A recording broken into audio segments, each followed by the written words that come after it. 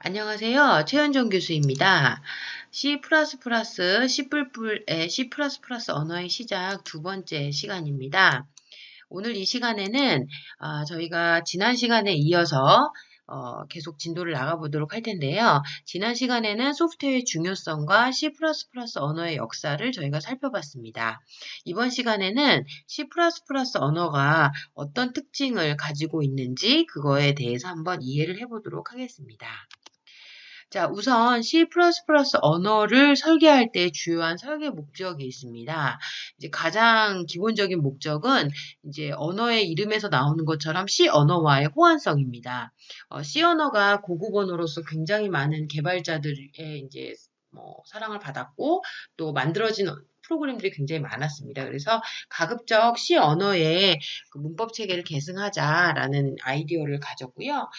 이제 여러분들도 C 랭귀지를 써보셔서 아시겠지만 굉장히 이제 사용자가 쓰기 편하게 구성이 되어 있습니다. 그래서 그런 특징을 가지고 이제 예를 들어서 기존의 C 소스 코드도 C++에서 이제 작성을 해도 전혀 무리가 없도록 이제 작업이 되어 있고요.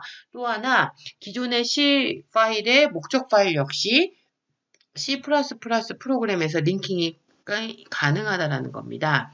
자, 이제 여러분들도 아시겠지만 기본적으로 이제 저희가 소스 코드가 있다면 .c로 된 소스 코드가 있다면 최종적으로는 얘를 이제 exe 파일로 만들어야지 이제 실행이 되겠죠. 그 사이 단계에서 나오는 파일이 바로 오브젝트 파일이라고 하는 겁니다. 그러니까 실행하기 직전에 얘를 조금 더 옵티마이제이션 시킨 파일을 말을 하는데요. 이 파일 자체가 이제 C++에서 링킹이 가능한 형태로 이제 되어 있습니다. 가장 중요한 특징 중에 하나가 바로 요 특징일 것 같은데요. 이제 보시면 객체 지향 개념을 도입했다라는 겁니다. C 언어는 그 구조 중심의 스트럭처드 기반의 프로그래밍 언어고요. C++ 언어는 오브젝트 오리엔티드 그래서 객체 지향 개념을 가지고 있습니다.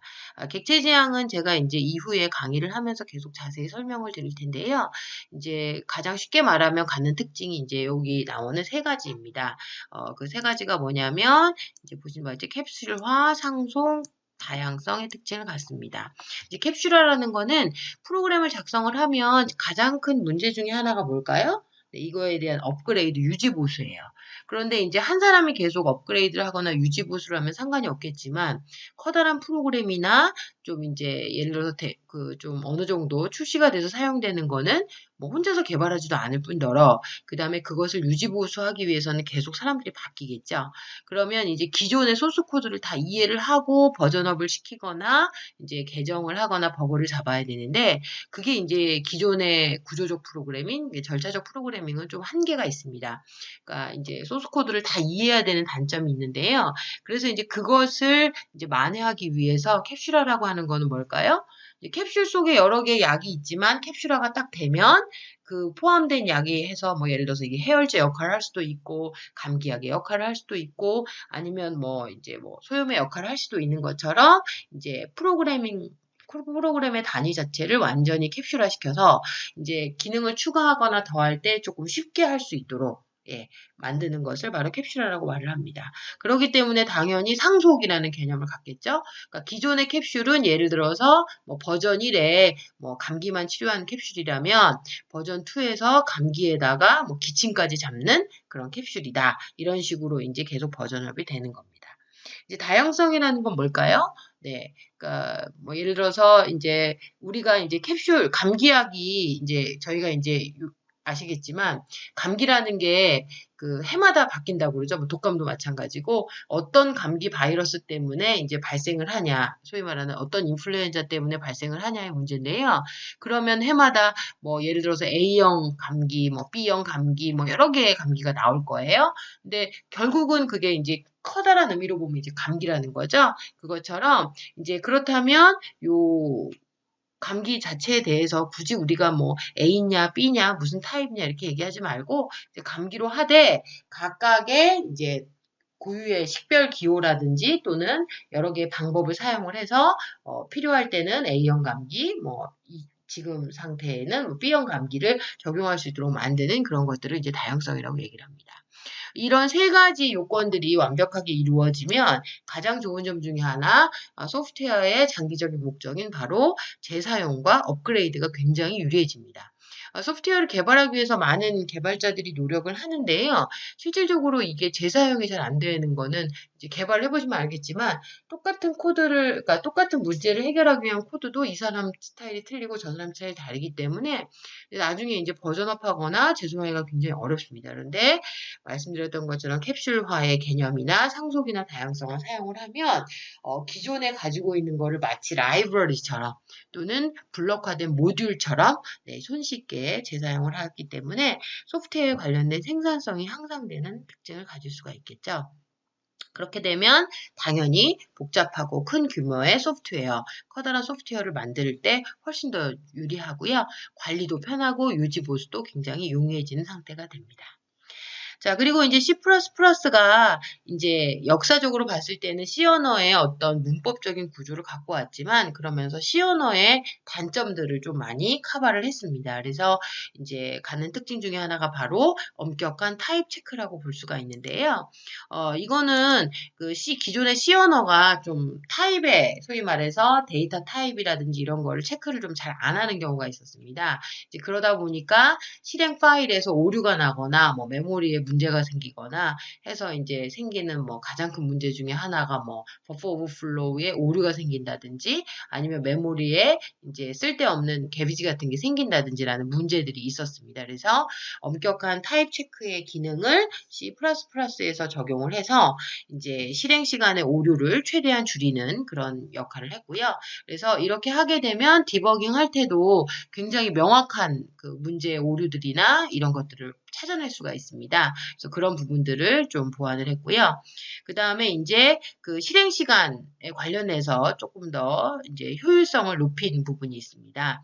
이게 뭐냐면 이제 실행을 할 때 보면 이제 약간 시간이 딜레이가 되는 좀 요소들이 많이 있었어요. 그래서 예를 들어서 그 뭐 우리가 이제 프로그래밍을 보면 당연히 한 줄짜리 프로그램을 돌리는데 시간이 많이 걸릴까요? 10줄짜리가 많이 들릴까요? 예. 이제 우리가 생각할 때 이제 10줄이 많이 든다고 생각이 되겠죠, 당연히요. 그런데 또 그 문법의 구조나 또는 어떤 함수를 썼냐에 따라서 조금 틀릴 수가 있습니다. 그래서 이제 그런 역할에서 생각을 해보시면 가장 이제 소위 말해서 시간을 많이 잡아먹는 형태 중에 하나가 이제 함수의 호출입니다. 그러니까 함수 서브루틴으로 가서 실행을 했다 다시 돌아오고 이런 형태인데요. 그래서 이제 대부분의 함수들이 복잡하게 구성이 되어 있다면 뭐 더 이상 뭐 바꾸지 않아도 되겠지만 어떤 함수들은 가보면 아주 간단하게 한두 줄만 끝내는 경우가 종종 있습니다. 그래서 그런 것들을 이제 인라인 함수로 이제 만드는 거죠. 인라인 함수라는 거는 라인이 하나짜리로 이제 만드는 겁니다. 그래서 이렇게 되면 실행 시간을 훨씬 줄일 수가 있어서 실행 시간에 대한 효율성을 굉장히 높일 수 있다는 특징이 있습니다. 이제 더불어서 C 언어에 비해서 뭐가 더 추가가 됐냐라고 이제 보게 된다면 첫 번째로 앞서 말씀드린 이제 인라인 함수라는 개념입니다. 이거는 뭐냐면 그 함수의 호출 대신에 함수 확장 코드라고 그래가지고요. 함수 이름 자체에 함수의 기능을 아예 기술할 수 있도록 만드는 그런 기능이 들어가져 있고요. 그 다음에 이제 함수의 중복이라고 그래서 이제 여러분들 아시겠지만 그 C 프로그래밍에서 작업을 하다 보면 함수 이름이 굉장히 많아지는 경우가 있어요. 그러면 뭐 간단하게 하면 뭐 F1, F2 막 이렇게 굉장히 많아질 수 있는데요. 이제 결국은 그렇게 함수를 써도 기능은 이제 비슷한 경우가 있어요. 쉽게 뭐 예를 들면 뭐 덧셈을 해도 이게 인티저 타입에 대한 덧셈이냐, 플롯 타입에 대한 덧셈이냐, 더블 타입에 대한 덧셈이냐에 따라서 이 연산이 굉장히 틀려지죠. 그래서 그런 경우는 이제 그 매개 변수만 가지고 함수 이름은 동일하게 쓰는 소위 말하는 함수 중복, 함수의 이름을 오버로딩 할 수 있는 그런 기능들을 여기서 제공을 하고 있습니다. 자, 그리고 이제 디폴트 매개 변수라는 기능이라는 게 있어서요. 매개 변수가 가끔 정의가 안 되면 오류가 날 수도 있는데 디폴트 값을 전달될 수 있도록 함수를 선언할 수가 있습니다. 그리고 이제 여러분들 아시겠지만 뭐 call by value, call by reference 이런 기능들이 있었죠. 그런 것처럼 참조와 참조 변수, 그 다음에 참조에 의한 호출이 가능하도록 굉장히 유연성 있게 구성이 많이 되어 있습니다. 자, 그리고 이제 아까 앞서서 말씀드렸던 것처럼 프로그래밍을 하다 보면 메모리 관리가 쉽지가 않습니다. 그래서 그런 것 때문에 예를 들어서 프로그램을 종료하고 나서도 메모리에 쓸데없는 부분이 쌓이거나 또는 메모리에 버퍼에 이제 오버플로가 생기거나라는 오류가 발생할 수 있어요. 그래서 그런 거를 조금 더 유연하게 할 수 있도록 new delete라는 연산자를 사용을 해서 메모리를 동적으로 할당하고 해제하는 게 프로그래머들이 할 수 있도록 이제 했습니다.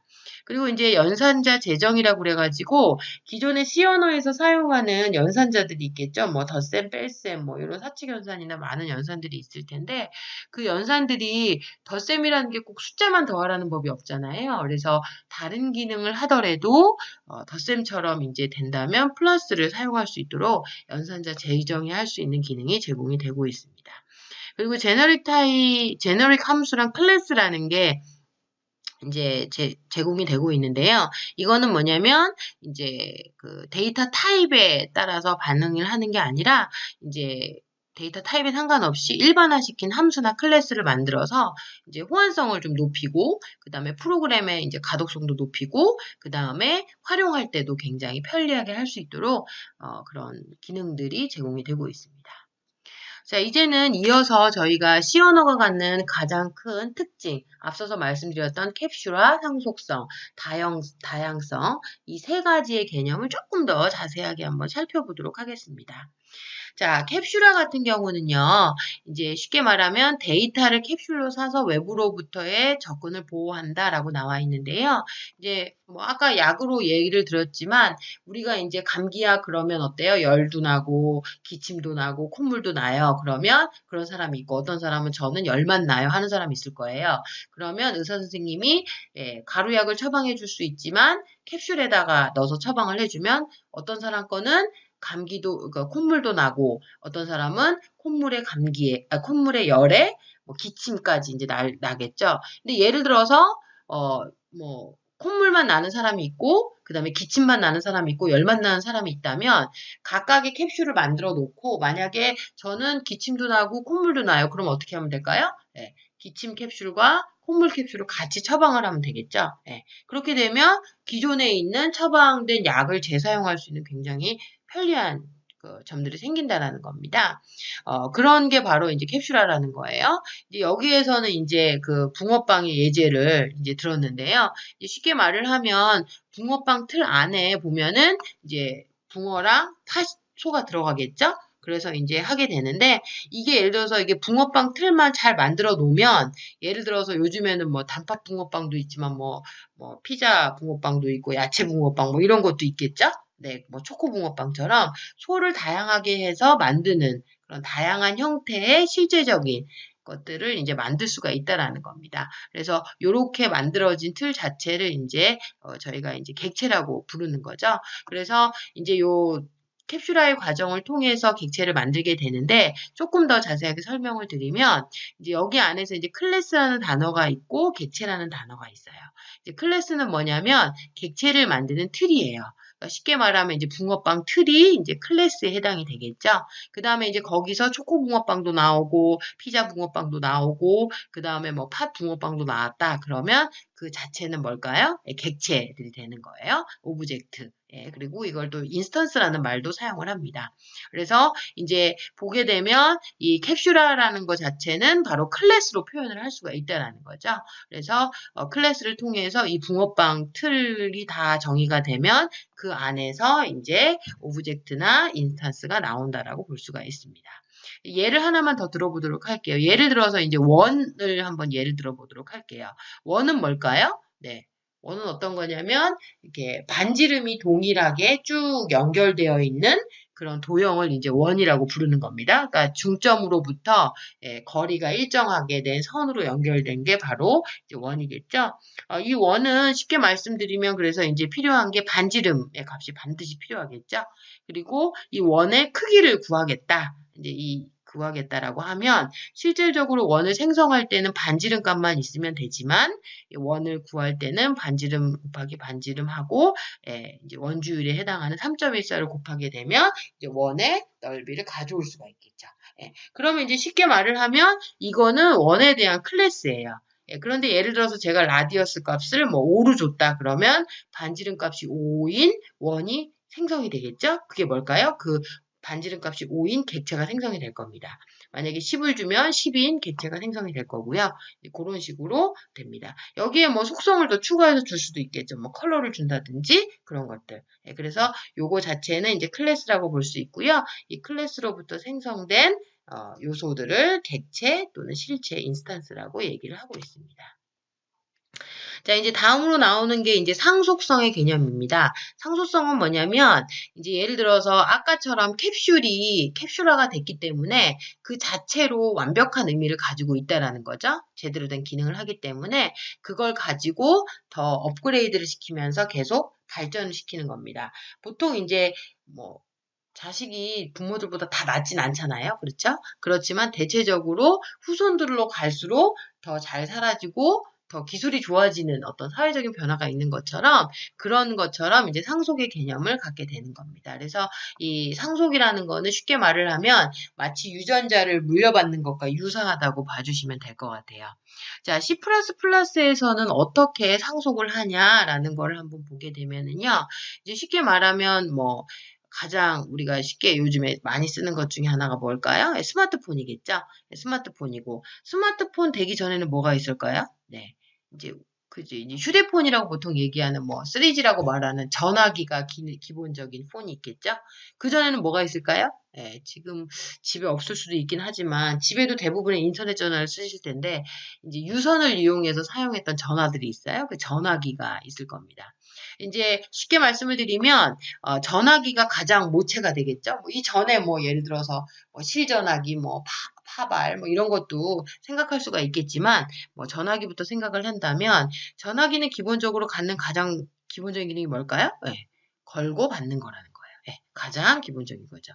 그러면 이거를 초기에 나왔던 휴대폰은 어떤 기능을 가지고 있을까요? 그렇죠? 걸고 받는데 또 하나가 뭘까요? 무선으로 할 수 있다는 겁니다. 그래서 이제 전화기 같은 경우는 여기 보시는 것처럼 콜, 리시브라는 두 개의 이제 함수가 있다면 이제 휴대전화는 기존의 콜하고 리시브와 함께 뭐가 있을까요? 네, 이제 무선으로 연결해야 되니까 커넥트 와이어리스라는 기능이 있을 거고요. 그 다음에 뭐예요? 배터리를 충전해야 되는. 왜냐? 이제 선이 없이 들고 다녀야 되니까 그런 기능이 있을 겁니다. 얘는 뭘까요?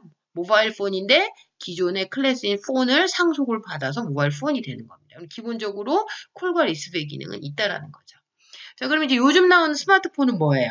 요즘 스마트폰은 뭐 전화기라는 기능도 뭐 중요하지만 그거와 함께 여러 개의 멀티미디어 기능이 들어간 거죠. 뭐예요? 얘는 모바일 폰을 상속을 받는데 뭐예요? 그 안에 다운로드 뮤직과 플레이라는 기능이 추가가 되는 겁니다. 쉽게 말씀을 드리면 기존의 전화를 걸고 받고 무선으로 접속하고 네, 배터리를 충전하는 것 외에 음악을 다운로드 받고 플레이하는 것까지 추가가 되는 겁니다. 자, 그렇게 되면 어떻게 해요? 기존의 폰만 잘 선언을 해놓으면 폰 클래스만 그걸 이용해서 굳이 모바일 폰에서는 콜 리시브를 구현하실 필요가 없는 거예요. 그리고 또 얘를 뭐 상속받은 뭐 스마트폰이겠죠. 여기서 이제 뮤직폰으로 나오지만 뮤직폰은 뭐예요? 네, 얘는 걸고 받고 무선 기지국 연결하고 배터리 충전하는 거 할 필요가 없다는 얘기예요. 왜? 여기 다 되니까.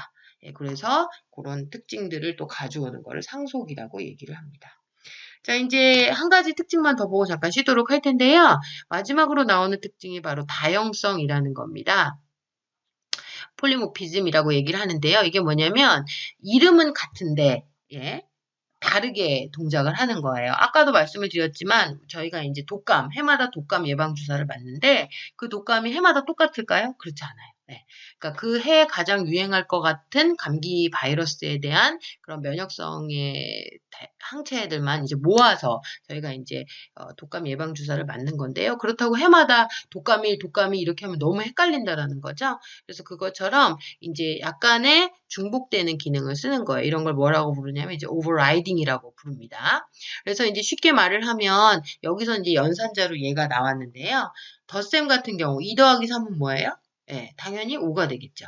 그런데 예를 들어서 우리가 뭐 안녕 더하기 하세요. 그럼 안녕하세요가 왠지 나와야 될 것 같죠? 네, 이거는 기존의 숫자 덧셈하고 틀리다라는 거예요. 그것처럼 문자열을 쓰면 그냥 문자열을 계속 컨캐트네이트를 시켜줘서 접속을 해서 보여주면 된다는 겁니다. 그리고 예를 들어서 객체의 개념을 보면 예를 들어서 레드라는 컬러가 있고 블루라는 컬러를 더했어요. 그러면 얘가 무슨 색이 나와요? 보라색이 나오는 게 맞다라는 겁니다. 이거는 덧셈은 덧셈인데 기존의 덧셈, 우리가 알고 있는 정의적인 덧셈하고는 이제 다른 개념이라는 거죠. 이게 뭐예요? 사람이 생각하는 그런 추상적인 개념하고 굉장히 유사하다라는 겁니다. 그러면은 나중에 이제 이 C++를 이용해서 오브젝트 오리엔티드 프로그램을 하시면 우리가 생각하고 있는 거를 프로그램으로 표현하기가 굉장히 쉬워집니다. 이 다양성의 기능 때문에요. 자, 이제 여기서도 이제 그거를 또 이제 함수처럼 표현을 했는데 함수를 하면 이제 마찬가지입니다. 예를 들어서 동일하게 add라는 이름을 다 쓰되 첫 번째는 뭐 인티저 a, b 그리고 이건 뭐예요? 두 자리를 더하는 거겠죠? 두 번째 함수는 뭘까요? 네, 세 자리를 더하는 거예요. 세 번째 add라는 함수는 두 자리를 더하되 하나는 인티저고 하나는 더블 형태라는 거죠. 네.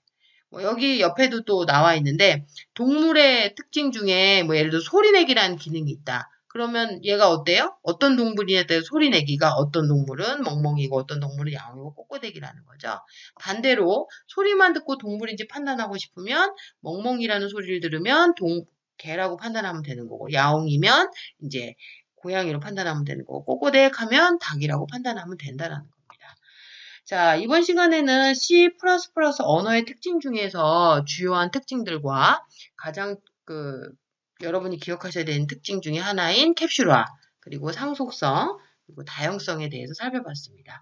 제가 잠시 쉬었다가 다시 C++ 언어의 특징에 대해서 살펴보도록 하겠습니다. 감사합니다.